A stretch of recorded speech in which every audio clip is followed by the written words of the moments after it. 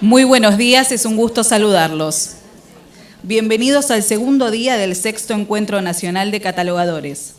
Teoría versus práctica en la organización y el tratamiento de la información. Comenzaremos con las presentaciones previstas para hoy. Les recuerdo que cada expositor tiene 10 minutos para presentar su trabajo y 5 minutos para responder las preguntas que le formulen los colegas asistentes. Les pedimos, por favor, respeten los tiempos asignados.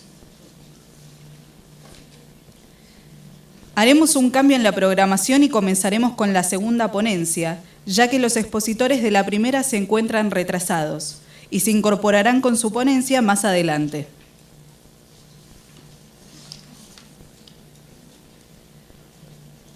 Invitamos a continuación a Silvia María Mateo Re, Andrés Iceta, Isabel Edith Prado y Julián Mignino, quienes se desempeñan en el Museo de Antropología de la Biblioteca Nacional de Córdoba y en el Instituto de Antropología de Córdoba del CONICET, y se referirán al repositorio digital Suquía, colecciones arqueológicas, etnográficas y documentales, del Museo de Antropología, Facultad de Filosofía y Humanidades, Universidad Nacional de Córdoba y DACOR CONICET. En primer lugar les quiero pedir disculpas porque mis compañeros no han podido venir. Estamos justamente a partir del sábado con un curso de fotografía 3D y fotografía de impresión 3D y bueno, están en el tema ese. Están con los prolegómenos del curso.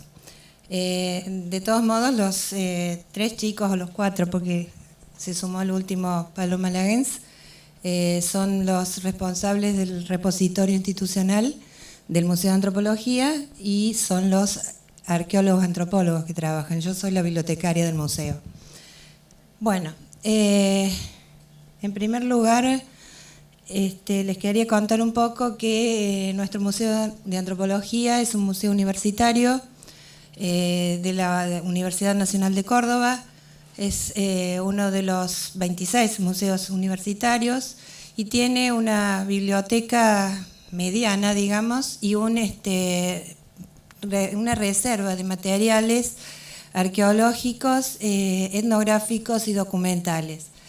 Toda esta reserva, nosotros le llamamos reserva a todo lo que no está expuesto en el museo, o sea, el museo tiene una pequeña colección expuesta, el resto, bueno, está guardado en su reserva. A partir de más o menos hace unos 10 años nos propusimos empezar a digitalizar todo lo que eran las colecciones, tanto arqueológicas como etnográficas, como también todos esos documentos que acompañaban estas colecciones.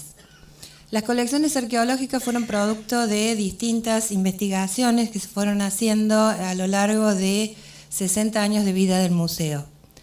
El museo no siempre se llamó museo, en un principio era el Instituto de Antropología de Córdoba, después fue Instituto de Antropología, Lingüística y Folclore de Córdoba y posteriormente pasó a ser un museo.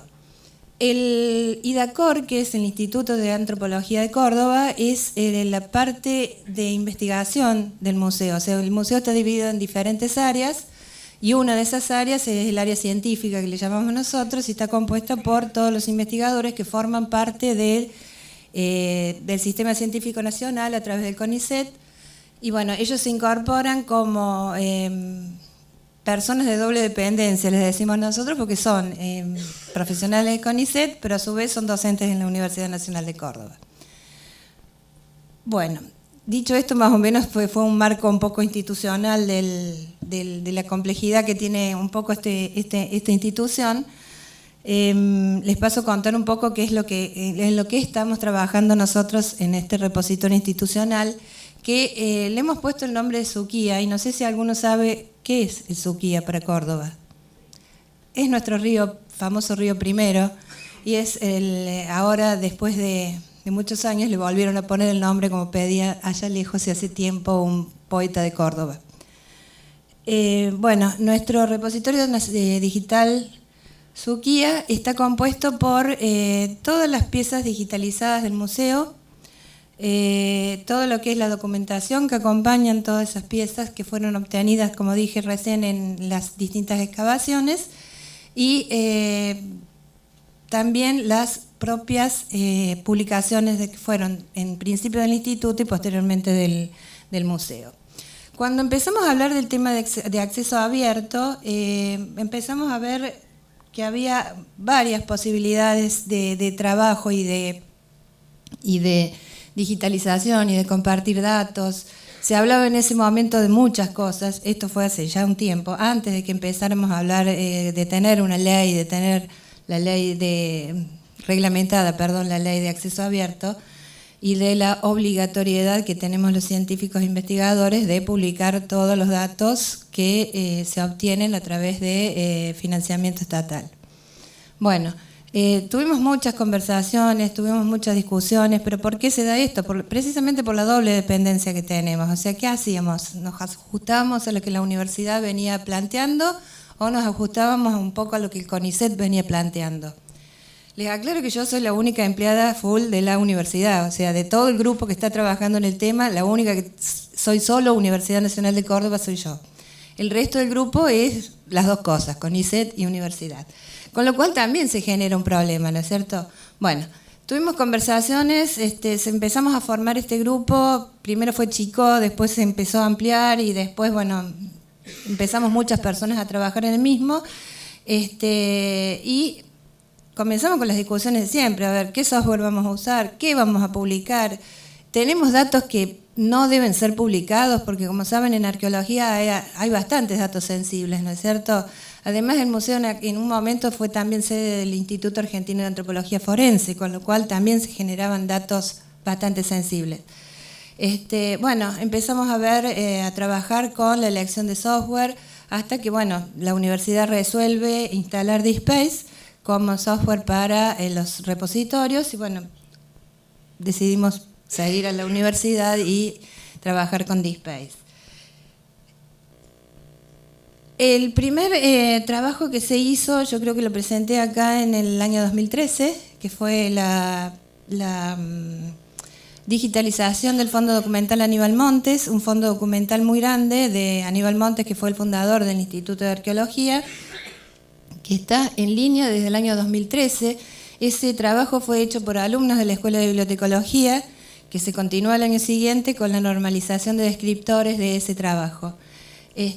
O sea, ya fue un trabajo conjunto, ya empezamos a trabajar en conjunto, tanto bibliotecarios como los arqueólogos. Los arqueólogos y antropólogos no tenían prácticamente mucha idea de cómo se manejaba el DSpace, o sea que, bueno, empezamos con cursos, empezamos con actividades para que pudiéramos usar el software. Bueno, este repositorio está ubicado, localizado en los servidores de la universidad.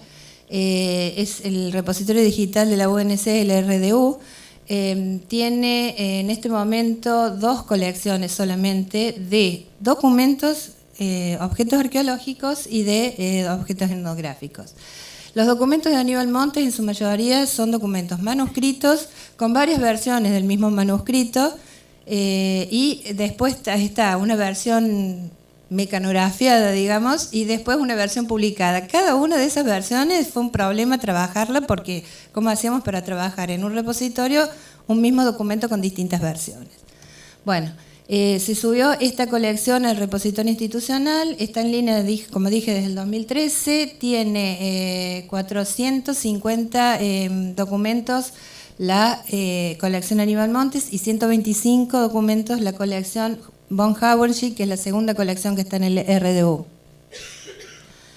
Tiene alrededor de 16.000 páginas. Se han producido desde el 2013 alrededor de 45.863 búsquedas, alrededor de 1.000 usuarios por mes. Esta colección empezó a ser muy usada, ¿por qué? Porque toda la documentación que presentaba Aníbal Montes era sobre las investigaciones que se hacían en la zona de Córdoba, fundamentalmente, de lo cual no hay mucho escrito. Entonces, bueno, fue bastante consultada y era una necesidad imperiosa hacer esta digitalización por la fragilidad misma de los documentos. Bueno,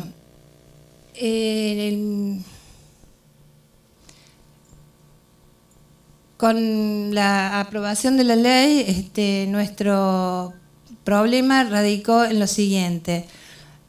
queremos hacer un repositorio temático. Y ahí fue un poco una pelea que teníamos dentro de la misma universidad. La universidad tenía un solo repositorio, que era el repositorio institucional, y hay 2 repositorios temáticos dentro de la misma Facultad de Filosofía. Uno es el nuestro y el otro es uno de educación que se llama CENUSA. Seguimos usando los nombres de pueblos originarios. Bueno, el repositorio nuestro está, si bien no está reconocido como repositorio institucional, es el único temático en antropología del país. Tiene adhesión a las normas internacionales, es cosechado también por la referencia y por OpenAIRE. Y bueno, el trabajo del PAD del PAD, que es el programa de arqueología digital, comenzó hace 7 años, y lo más interesante de esto es que empezamos a trabajar todos los que teníamos algo que ver con la digitalización y con la administración de colecciones digitales. Se trabajó en un ambiente, digamos, bastante interesante en cuanto al respeto que hubo porque uno dice por ahí los investigadores, que los bibliotecarios, que tenemos problemas, que no tenemos problemas, que es difícil a veces enganchar las mismas profesiones o distintas profesiones porque bueno, uno a veces se echa para atrás que sabe menos y el investigador dice, no, pero yo las conozco todas, y bueno, empezamos a trabajar bastante bien, fue una interdisciplinaridad muy interesante y muy respetuosa sobre todo, ¿no? O sea, todos estuvieron abiertos a los conocimientos que podíamos brindarnos. Trabajamos desde hace 7 años en este PAD, alrededor de 50 personas, entre arqueólogos, bibliotecarios, archivólogos, historiadores,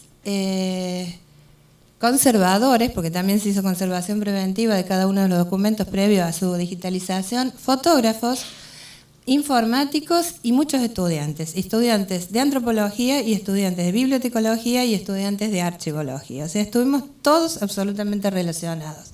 Ese es parte del equipo, son 3 de los chicos que no vinieron.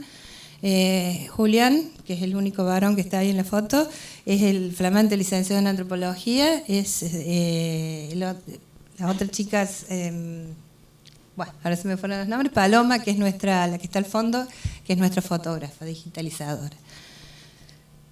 Bueno, el PAD tiene entonces, lo más interesante que puede presentar el PAD son los datos primarios de investigaciones. Eso sí, lo empezamos a publicar, lo empezamos a trabajar hace aproximadamente 2 años y tiene bases de datos regionales de todos los datos que se producen dentro del museo a partir de nuestras propias investigaciones. Además, el Museo de Antropología y los arqueólogos así que trabajan allí son los únicos que están autorizados en la provincia de Córdoba para hacer los estudios de impacto arqueológico. O sea que todos esos datos también están almacenados en este repositorio. Bueno, los datos que trabajamos son fundamentalmente de la provincia de Córdoba, lo cual es bastante interesante. Esto es el repositorio actual, el PAD, nuestro programa de arqueología digital. Este es nuestro repositorio Suquía. Y bueno, algunos de los datos que tenemos son, está online desde el año 2016, la colección tiene alrededor de 1.138 ítems, más de 2.000 objetos digitales, se han producido alrededor de 2.068 búsquedas y más o menos unos 147 usuarios mensuales. Está siendo muy usado. No solamente tiene las colecciones que ya están digitalizadas, sino también las colecciones de objetos que están digitalizados, sino también hay ya 2 libros publicados dentro del PAD y cada uno de sus capítulos por separado. Ya termino. Bueno, acá tenemos otra de las imágenes del grupo. Esas son las reuniones de trabajo que nosotros estamos haciendo una vez al mes prácticamente para, que esta es la parte interesante, para normalizar los descriptores que se utilizan tanto en el repositorio institucional como en biblioteca, como en lo que es el almacenamiento de datos museológicos. O sea, en los 3 ambientes tratamos de usar los mismos descriptores temáticos. Cuando no usamos en este momento ningún tesauro preestablecido, sino que nosotros mismos vamos generando los descriptores y nosotros mismos vamos definiendo su uso, definiendo sus relaciones y definiendo sus jerarquías. O sea, en realidad estamos casi creando un tesauro de datos arqueológicos fundamentalmente de Córdoba. para generar una mejor comunicación entre lo que es biblioteca y lo que es el repositorio. Quienes cargan en el repositorio digital son estudiantes de antropología, fundamentalmente.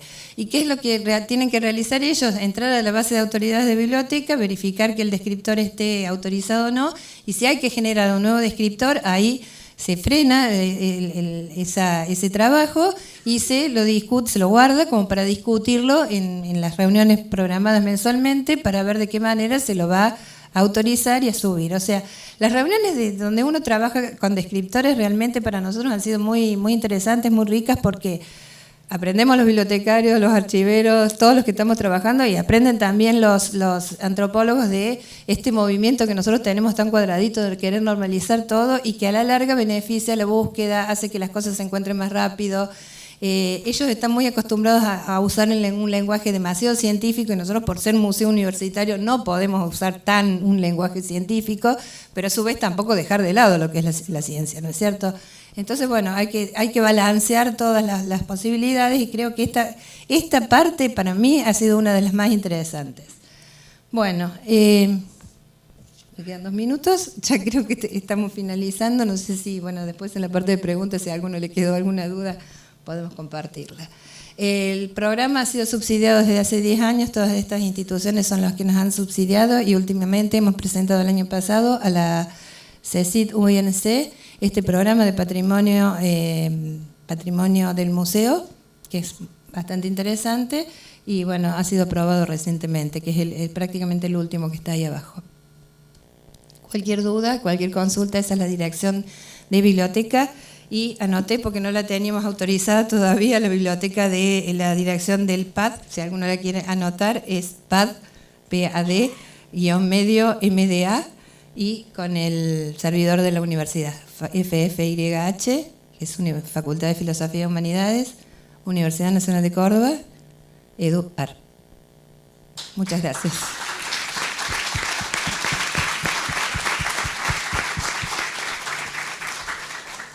Invitamos a los colegas a formular sus preguntas. No me mate. No soy arqueóloga. ¿Sí? Preguntas arqueológicas. Hola. La inquietud que me surgía era cómo hacían la carga de metadatos. Vi que usaban Dublin Core, ahí estaba. ¿Quién hace la carga? Porque dijiste que trabajaban muchos antropólogos, pero si los bibliotecarios hacían la carga de metadatos, y cómo se cosecha eso después, o si saben quién lo cosecha. Sí, la carga fundamentalmente la hacen antropólogos, porque bueno, se dieron varios cursos, o sea, todos los años estamos dando los cursos cómo cargar metadatos, ¿no es cierto? Ellos manejan su lenguaje, y es la primera vez que se trabaja con los distintos roles dentro del DSpace. Entonces los chicos suben los metadatos que pueden subir al DSpace, y entra en una opción de no publicación inmediata, sino que pasa a un corrector. Ese corrector corrige, agrega, saca, pone lo que corresponde. Ese corrector sí es bibliotecario. En este momento lo estoy haciendo yo sola, porque bueno, soy la única bibliotecaria que hay en el museo, y están colaborando con nosotros algunos alumnos de la escuela, pero colaborando. O sea, en este momento esa colaboración no, porque están de exámenes. Entonces, bueno, por ahí las publicaciones van como un poco más lentas. Y después, bueno, cuando hay dudas con las materias, ellos saben que tienen que entrar a la base de autoridades de COA. Ellos tienen acceso a la base de autoridades, y bueno, y ver ahí cómo fueron cargándose las autoridades. Y en cuanto a lo que son documentos, papel, o sea, el folletos que tengamos o cartas que ya están catalogadas en COA, directamente los cosechan y los pasan a DSpace. Y lo único que se hace en COA es copiar el enlace para que permita el acceso a través del catálogo de biblioteca. No sé si te quedó respondida la... Fantástico. ¿Hay alguna otra pregunta?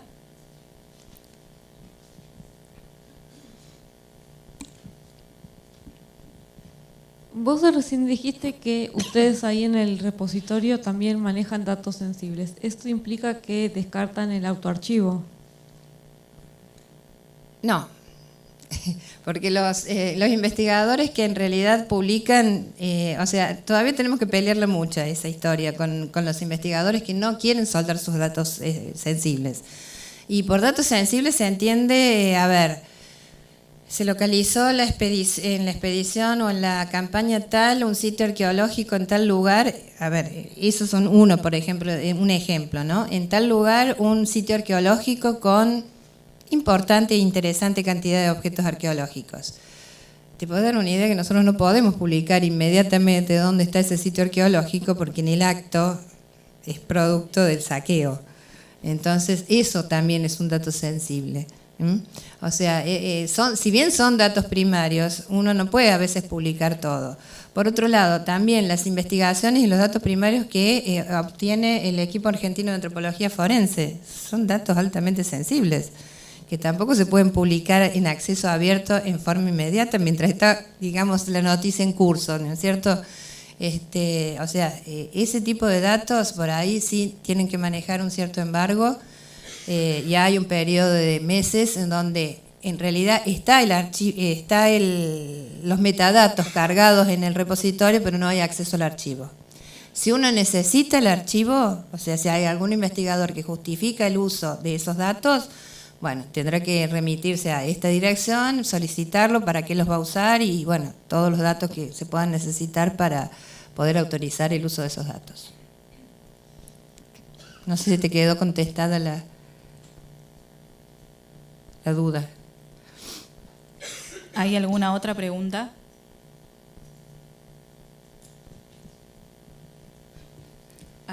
La chica... Eso, gracias. En un momento, buen día, en un momento vos hablaste de que tenías distinta información o la misma información de un mismo objeto, tal vez, y cómo haces para vincularlos en los registros. ¿Tenés alguna política de selección de qué documento es más importante? ¿Cómo trabajan ese tema? ¿Todo junto? Porque es un tema en los repositorios, ¿viste? Es todo un tema, sí. En realidad, a ver, la política me la puedo preguntar y me la discuto yo misma, la política de biblioteca, la puedo discutir con la directora. El problema es que hace una semana que tenemos nuevo director, o sea que todavía ni siquiera sabe dónde está bien ubicada en el contexto del museo. En general sí, se discute con la dirección, se discute de biblioteca, por ejemplo, con el IDACOR, a ver qué se publica, qué no. El museo cumplió el año pasado 75 años, entonces hubo una producción de digitalización de todos los documentos anteriores, todos esos documentos que ya estaban, por ejemplo, ingresados en COA, se los empezó a digitalizar, ingresados en el catálogo de biblioteca, ¿no es cierto? Se los comenzó a digitalizar y bueno, y ahí sí, esa fue la prioridad, digamos, publicar todo lo que era investigaciones históricas del museo, que formaba parte de la historia del museo, ¿no es cierto? Bueno, esa fue una decisión. Y lo otro, los enlaces, bueno, se va haciendo, por ejemplo, si se carga en COA, hay veces que las cosas están cargadas primero, por ejemplo, en el repositorio, subidas al repositorio, un documento o un objeto arqueológico, por ejemplo. El otro día habían subido la digitalización de una urna santamariana que tiene más o menos esta altura, bastante grande, y bueno, y los que justo que estábamos en biblioteca en ese momento dicen, ay, ¿cómo se hace para catalogar esta cosa? Sí, porque había que catalogar el objeto digital y también catalogar la urna, que en realidad está en el museo, o sea, eso era lo complejo, ¿no? Bueno, a catalogar la urna, búsquenla donde está. Esos eran los alumnos de bibliotecología, que tengo uno que estuvo trabajando con el tema. Bueno, los alumnos lo tuvieron que hacer, andar a catalogar la urna, tomarle las medidas, preguntarle de dónde venía. Obviamente el campo autor es medio como que no se va a poder poner, pero bueno, tenés que catalogarla, aprendés, sacar las reglas y catalogarla. Y eso, bueno, después se hizo el enlace con el registro digital. O sea, en el campo 856 del COA se les agrega todo el enlace digital y tienen el acceso a la pieza. Y también está el mismo objeto en impresión 3D, que es el que se puede manipular. O sea, tenemos todas las posibilidades. Es un trabajo que es muy interesante, la verdad que es muy interesante. Si alguna vez quiere llegarse a verlo, podemos charlarlo. Es muy interesante para realmente espiarles el repositorio y ver cómo están tratando, porque uno que está por ahí acercándose y solamente maneja documentos, el tema de que si vos trabajás en una institución, yo trabajo en una institución que también tiene museo, y esto de conectar también los objetos que también están en los museos, es muy interesante para ver cómo ustedes trataron ese tema.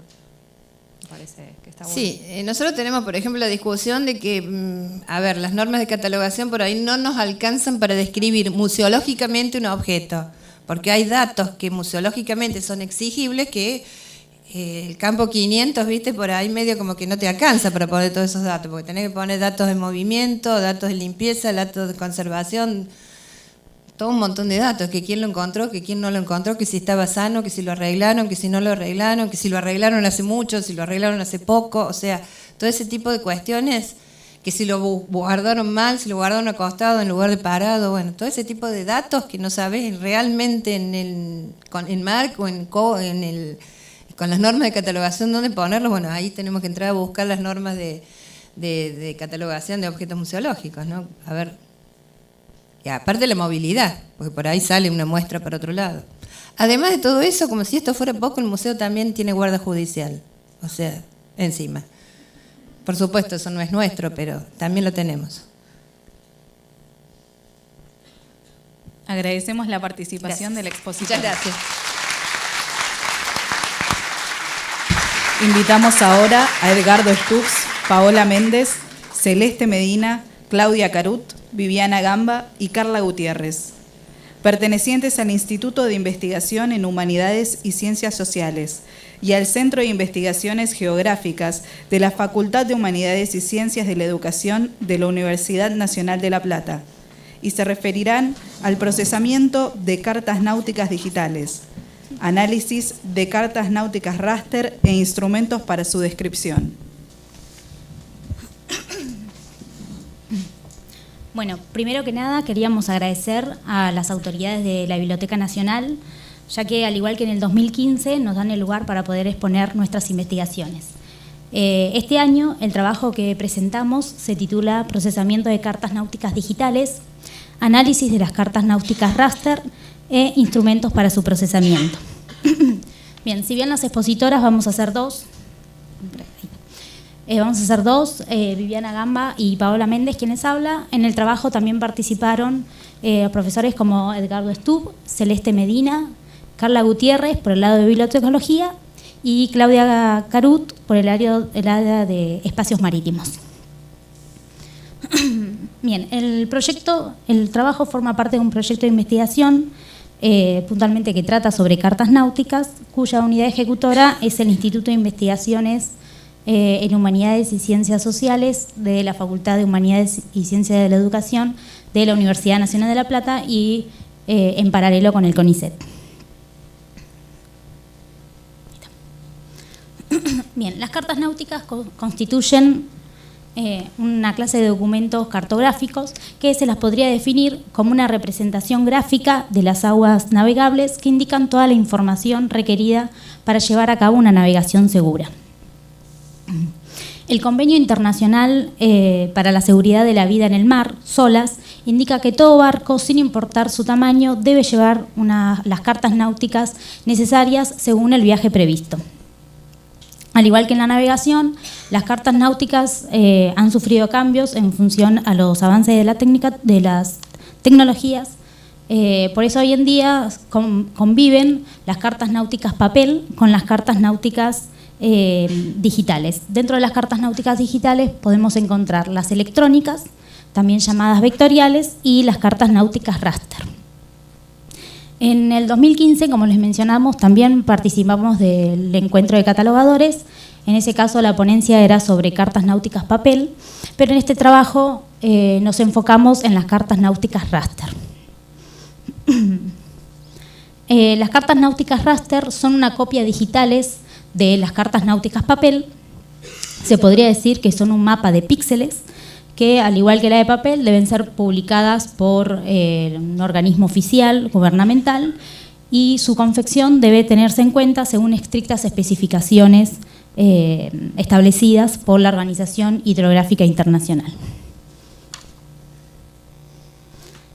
Bueno, acá en el ejemplo pueden ver una carta náutica que es del tipo portuario.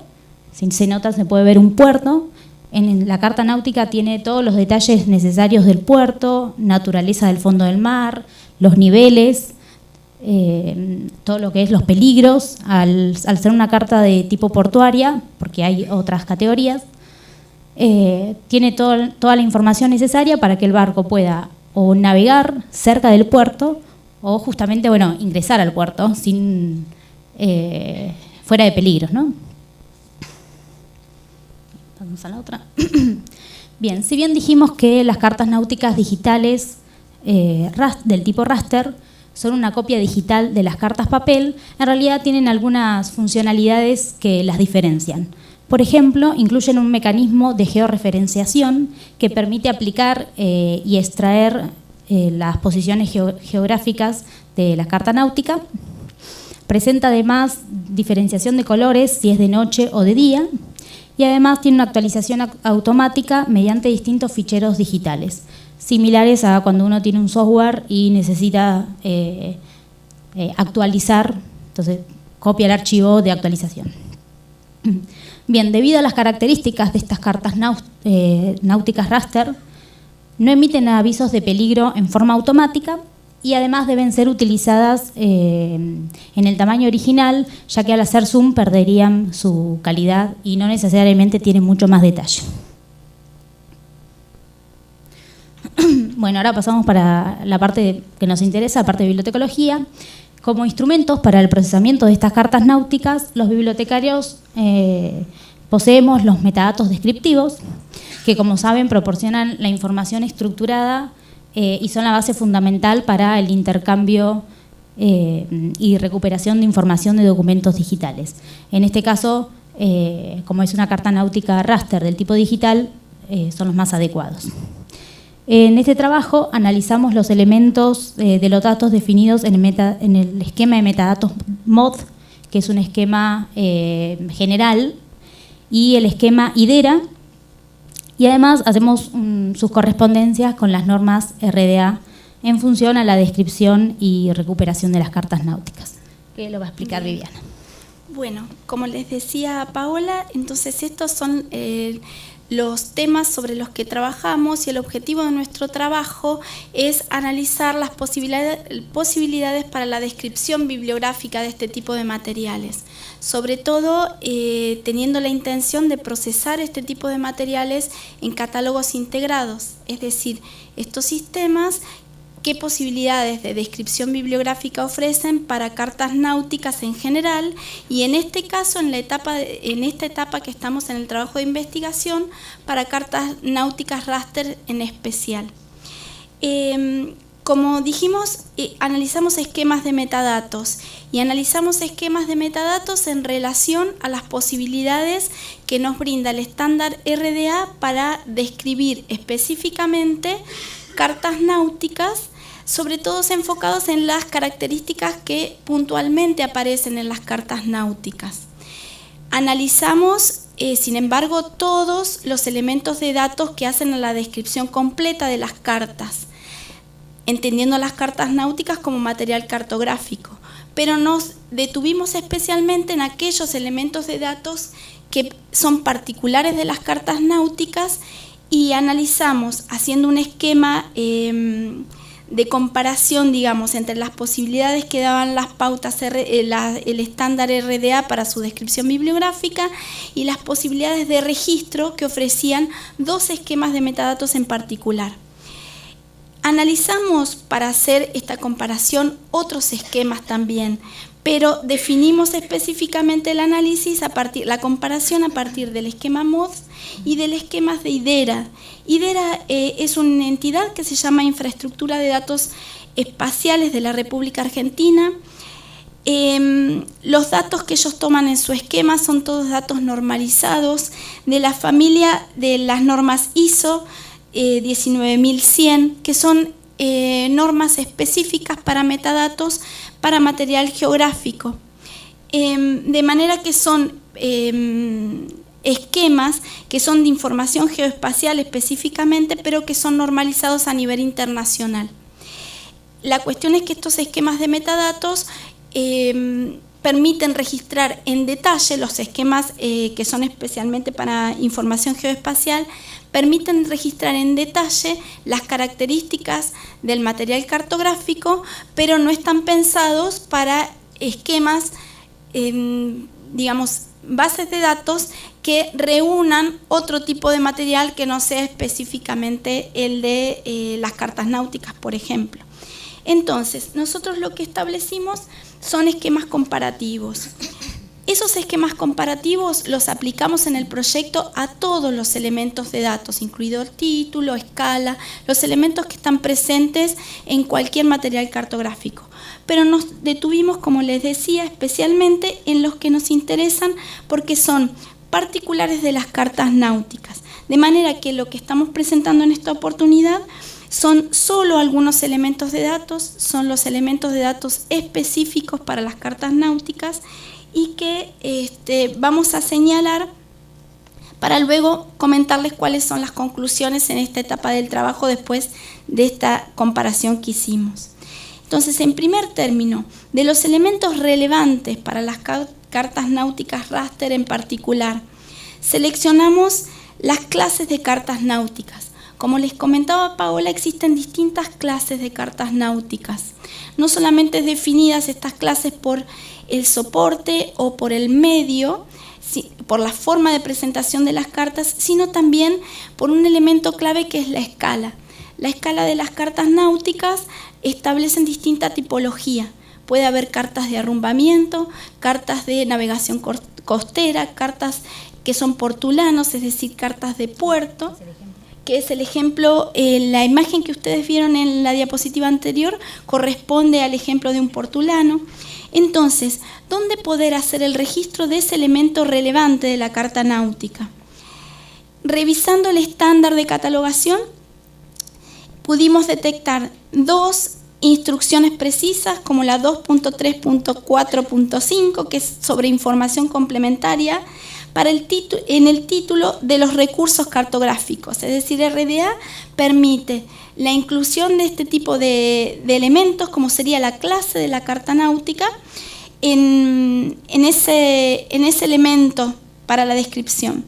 Y luego también tenemos otros detalles del contenido cartográfico que se resuelve con el capítulo 7, que tiene que ver con la descripción, con la identificación y el registro de las expresiones, que permitiría hacer una descripción precisa de la clase de carta náutica, que es un elemento realmente relevante para las cartas en general y para las raster en particular.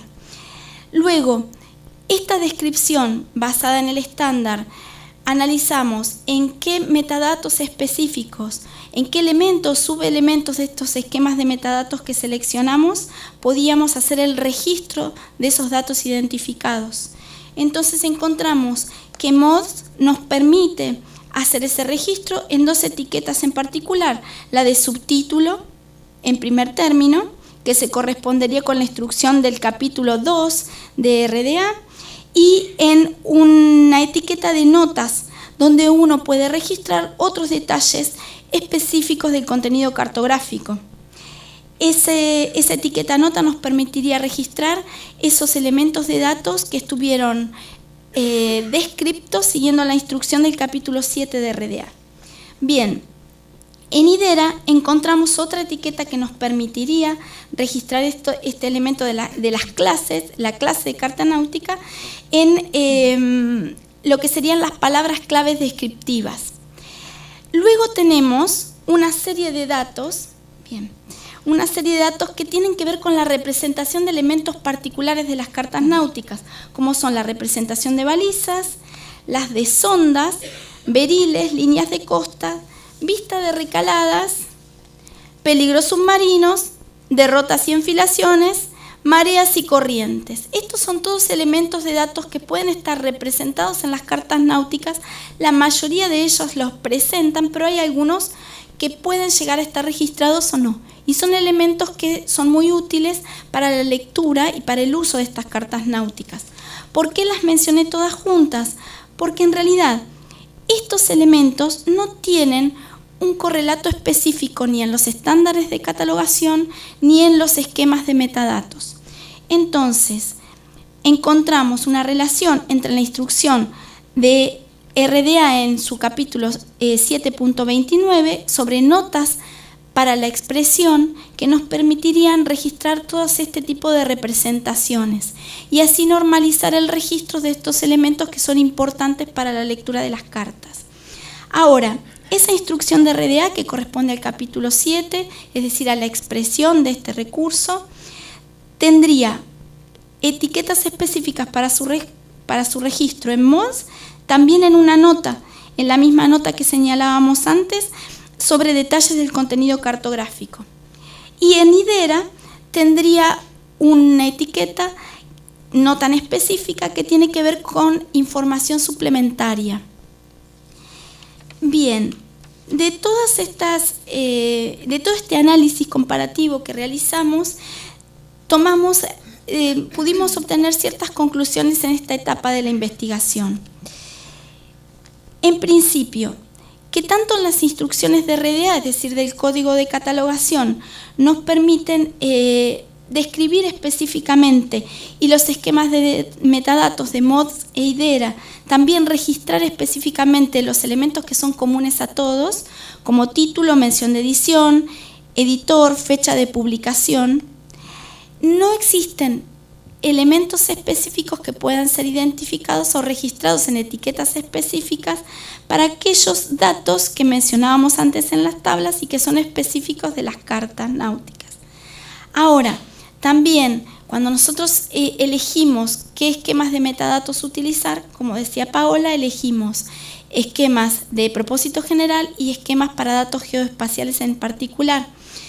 Al elegir MODS, que es absolutamente compatible con MARC 21, este esquema de metadatos ya nos proporcionaba muchos más elementos para el registro que, por ejemplo, Dublin Core, que lo habíamos seleccionado en una primera instancia.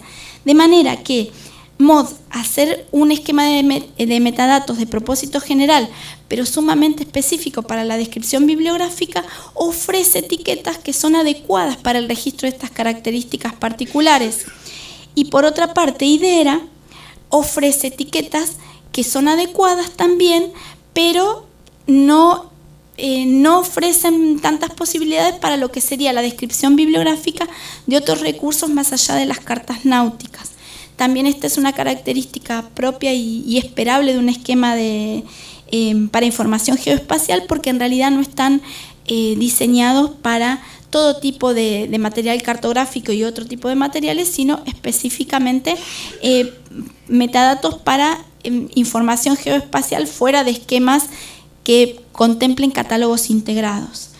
Bueno, de todos modos, concluimos en esta etapa de la investigación que tanto RDA, en las instrucciones que proporciona para la descripción, como los esquemas de metadatos MODS e IDERA, para el registro de esa descripción, son lo suficientemente flexibles porque ofrecen posibilidades para el registro preciso y normalizado de esos datos, aún sin generar una etiqueta específica. De modo que son adecuados a los efectos de hacer una buena descripción bibliográfica. Nuestra investigación termina aquí, en esta etapa del proyecto, pero esperamos más adelante poder ir comunicando el resto de los resultados cuando podamos avanzar un poco más en lo que es la descripción específica de este tipo de materiales tan especiales dentro de lo que es ya el material cartográfico. Así que bueno, eso es todo por ahora. Gracias.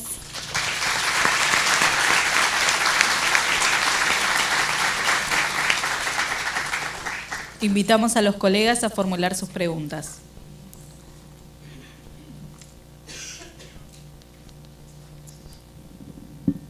¿Hay alguna pregunta? Sí.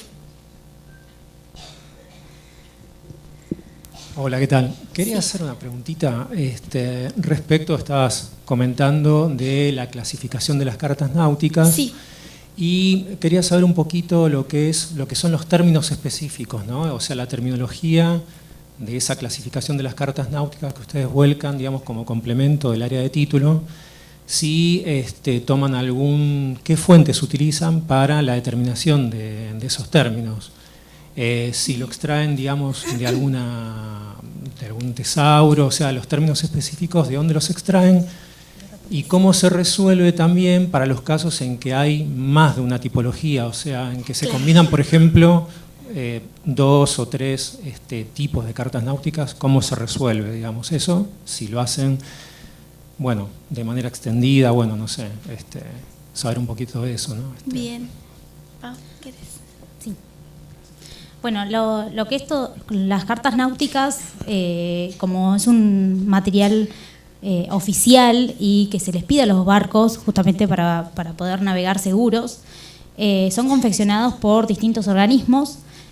Hay instituciones internacionales que determinan cómo se deben llamar las cartas náuticas, como comentó mi compañera, según la escala.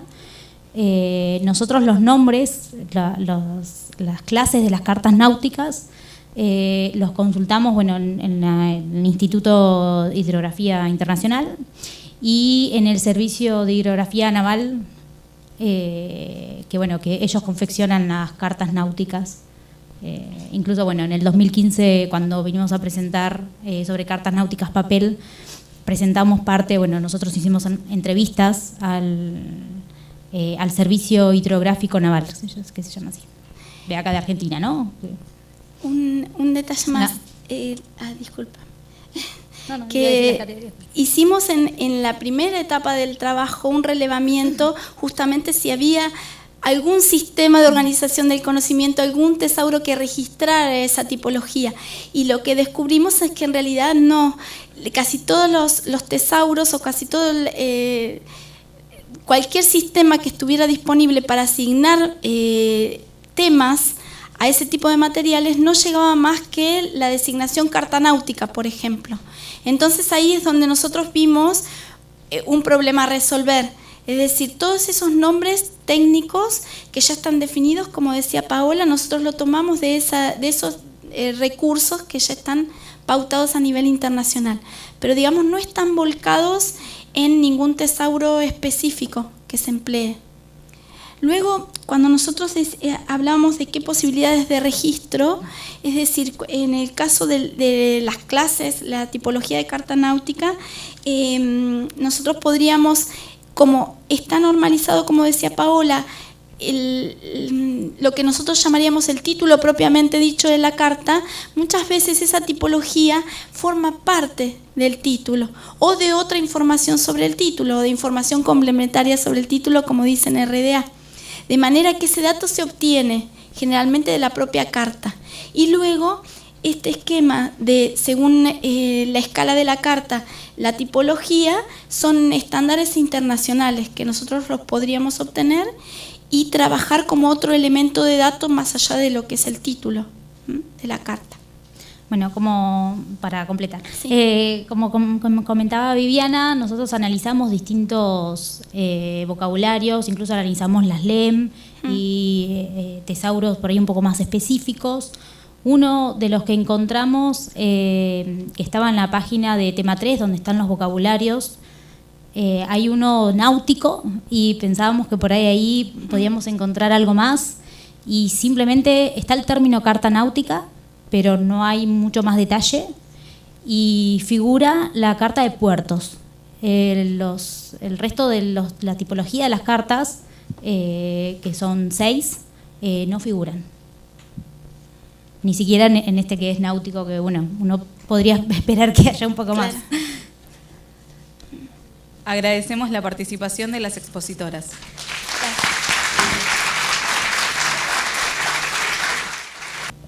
Hola, buenas tardes. Bueno, mi compañera no pudo venir, así que la presentación la voy a yo solo y la voy a hacer bastante rapidita. Para comenzar, Wikimedia Argentina es el capítulo local de lo que es la Fundación Wikimedia, que es el paraguas institucional atrás de los proyectos como Wikipedia, que no es el único, hay más. Nuestra función es divulgar, buscar nuevos editores, especialmente divulgar lo que es el patrimonio local en los proyectos. Hay varios ejes que tomamos. El mío es patrimonio y cultura libre, donde nos vamos contactando con instituciones para ir viendo qué podemos hacer con ellas. Bueno, todos conocen Wikipedia, pero tenemos otros proyectos como Wikimedia Commons, que es un repositorio multimedia, Wikidata, que es lo que más voy a hablar hoy, que es una base de datos estructurada. Bueno, y Wikisource, que es un compendio de fuentes primarias. Nuestra mediateca ya tiene 41 millones de archivos en formatos libres, permite subir fotos, videos, audios, libros, próximamente modelos 3D para el que le interese. Son todos utilizados en los proyectos, es un repositorio descentralizado para las 289 Wikipedias, o sea, 200 idiomas diferentes.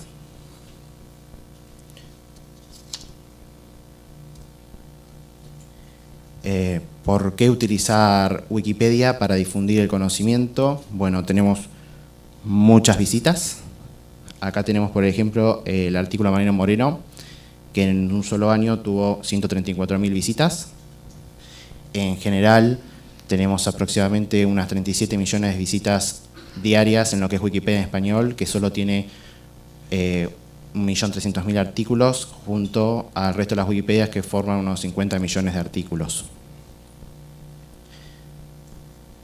En Wikimedia Commons, nuestro repositorio, bueno, hay muchas instituciones que han donado material, entre ellas está la Biblioteca Nacional de Gales, acá estamos trabajando con el Museo Nacional de Bellas Artes, la Academia de Letras, está la British Library, el Archivo Federal Alemán, el Met, el MoMA, el Rijksmuseum de Dinamarca, el Smithsonian. Esto permite que muchas instituciones puedan disponer de su material en nuestros proyectos y generar visitas hacia ellos.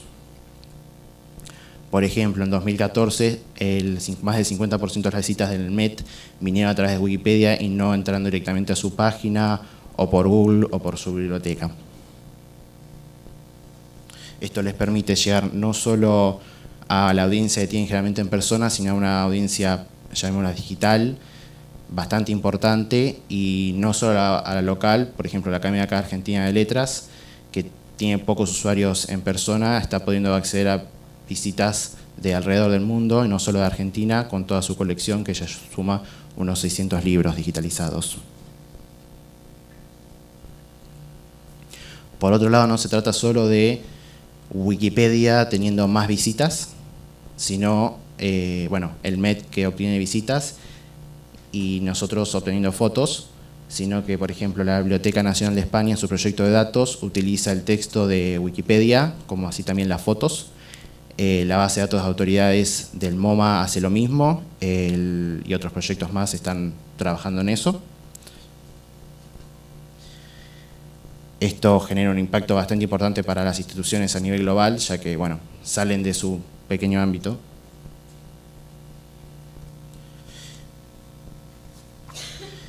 Y vamos a, bueno, Wikidata es el proyecto que acaba de cumplir 5 años este mes. Es una base de datos estructurada, libre, colaborativa, multilingüe, o sea, no es como Wikipedia, que está en muchos idiomas, sino es una sola, donde con diferentes etiquetas va cambiando el lenguaje, lo que lo hace mucho más versátil. Bueno, es parte de la web semántica, alrededor del 40% de las ediciones que actualmente se hacen en Wikidata son hechas por robots. Tenemos un endpoint Sparkle, tenemos DAMs en RDF, disponibles para que lo utilice todo el mundo. Tiene herramientas que facilitan mucho graficar la información. Bueno, alberga elementos desde libros, personas, el gato de algún famoso, un edificio, cualquier cosa básicamente, y relaciona toda esa información. También funciona como base de datos de autoridades. Tenemos más de 400 diferentes sitios donde se enlazan, desde lo que son bibliotecas nacionales, el BIAF, WordCat, base de datos específicas como puede ser IMDb, etcétera. Desde 2015 formamos parte del BIAF, entonces ellos nos enlazan a nosotros también. Esto permite proveer de la misma forma que Wikimedia Commons le da imágenes a los diferentes proyectos. Wikidata provee lo que ustedes ven en los artículos de Wikipedia, una cajita de costado que es el infobox. Esa información la toma automáticamente en Wikidata sin necesidad de que esté en otro idioma. También lo que es la ficha del catálogo de autoridades que aparece al bajo de los artículos de autores. Y para presentar un caso específico, que todavía no tenemos uno acá muy desarrollado, pero poder presentarlo en un par de años, está el trabajo que estuvo haciendo Jason Evans en la Biblioteca Nacional de Gales, donde han estado cargando en primera instancia unas 5.000 imágenes, que son dibujos y grabados de paisajes de Gales, que tienen ellos en la biblioteca. Pusieron toda esa metadata en Wikidata y ellos lo tienen solo en inglés, no lo tenían en galés en ese momento. Esto les permitió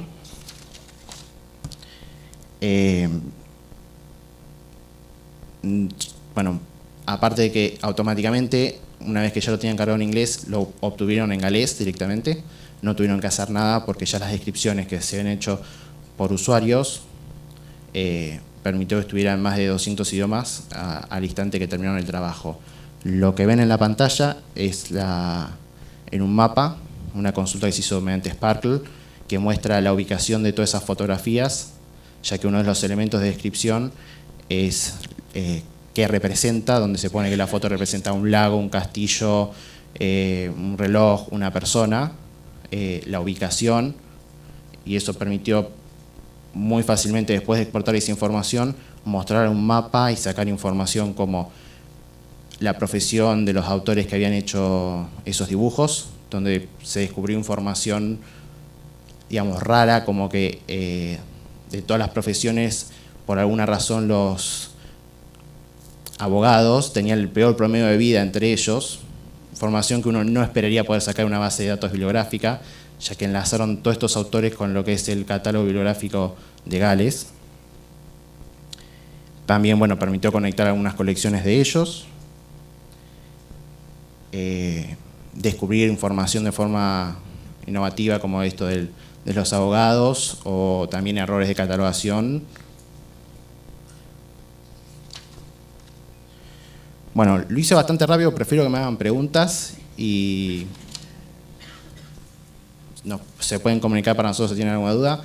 Es básicamente darles un vistazo de lo que son los proyectos de Wikimedic que estamos haciendo para colaborar con las diferentes instituciones, no solo a nivel local, sino de forma global, para difundir todo este patrimonio a través de Internet. Invitamos a los colegas a formular preguntas.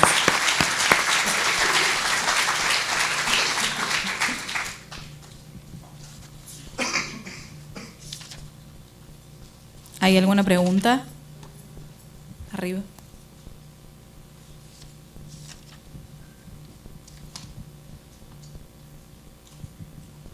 Hola, buenos días. ¿En qué se basan para generar el control de autoridades? Porque dijiste que funciona como base de datos de autoridades, pero para generarlo, ¿lo idean ustedes o usaron otras bases de autoridades para poder unificar esos términos? Bien, en principio se exportó información directamente de Wikipedia de forma automática y fue corregida por voluntarios. Después se fue conectando esa información con las diferentes bases de datos de autoridades a nivel global. Con algunas como el BIAF y WordCat se estuvo trabajando para que la información vaya y venga. Actualmente, por ejemplo, para agregar una cita bibliográfica en Wikipedia, toma datos directamente de WordCat y eso ya queda registrado en lo que es Wikidata para uso futuro. Es un trabajo continuo, pero es un intercambio constante entre diferentes bases de datos, correcciones humanas, donaciones de base de datos, etc. ¿Hay alguna otra pregunta? Aquí adelante.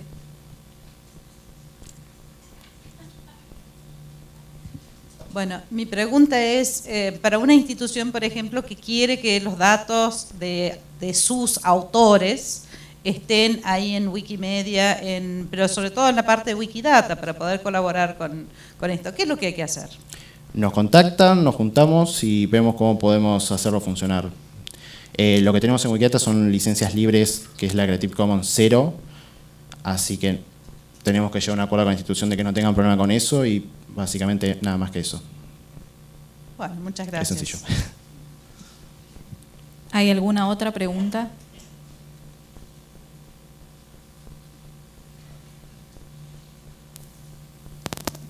Sí, buenos días. No sé si es una, me parece que son varias. Primero, que ayer me quedó también dando vuelta los Creative Commons y el copyleft. Es algo que parece que todos le tienen miedo y nadie lo ha mencionado hasta acá.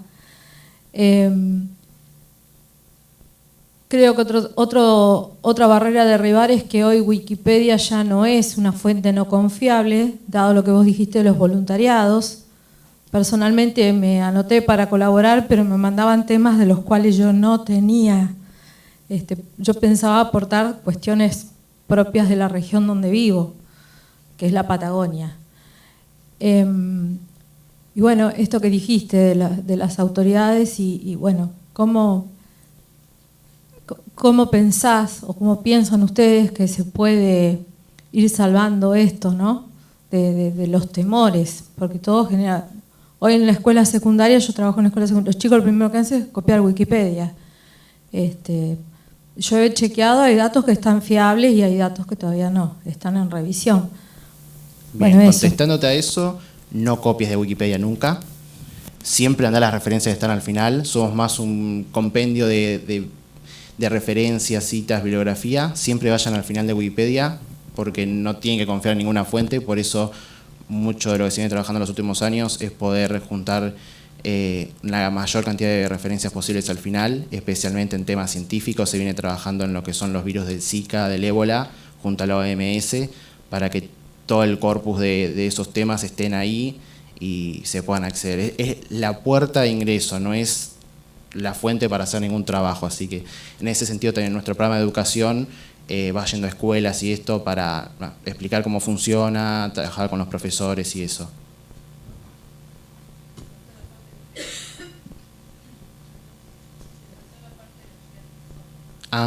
Bueno, nosotros trabajamos con Creative Commons tanto por facilidades como los proyectos son colaborativos, hay cientos de editores y la idea es divulgar el conocimiento sin ninguna barrera. En Wikipedia tenemos una licencia de Creative Commons CC BY que solo es necesario citar la autoría, que viene a decir sacar la información de Wikipedia y nada más. La idea es que llegue a la mayor cantidad de personas sin ninguna restricción. Y en Wikidata, como son datos, se decidió directamente fuera cero, porque es imposible ir citando datos cuando vas sacando de apuchitos de información. Hay algunos países que tienen bases de datos protegidas, como acá, por la ley de propiedad intelectual, otros que no. Así que bueno, es mejor que son datos, que estén libres, que los utilice todo el mundo, porque la idea es eso, que todo el mundo pueda acceder al patrimonio local de donde están, de otros lugares, información, etcétera. ¿Hay alguna otra pregunta? Agradecemos la participación del Perdón, una sola cosa más, Mauricio. Que a mí me gustaría que contaras, dentro de la estructura de los editores, los voluntarios y los editores de los artículos de la Wikipedia, hay una muy particular que es el de bibliotecario, que estaba contemplado en el proyecto, la campaña de un bibliotecario, una referencia. Bueno. Que por ahí sería interesante para que lo escucharan. Bueno, como había comentado, que los 2 últimos años se viene trabajando en mejorar la parte de referencias en Wikipedia. Desde 2015 se viene realizando un proyecto más que nada en la parte norte del planeta, que es un bibliotecario, una referencia, donde nos comunicamos con diferentes instituciones, especialmente bibliotecas, para que durante un periodo de tiempo ellos agreguen referencias de libros o otra información que tengan en sus colecciones o de afuera a artículos de Wikipedia. El año pasado hicimos una prueba piloto con bibliotecas de la ciudad, y estuvimos dando una charla acá, estuvimos en el CISBI, y el año que viene vamos a hacerla en mayo, que es el cumpleaños de Wikipedia en español, hasta junio. Así que en ese sentido, los que quieran acá sumarse, nos pueden escribir. Igualmente nosotros vamos a estar hablando con varias redes para difundir el evento. Ahora sí, agradecemos la participación del expositor.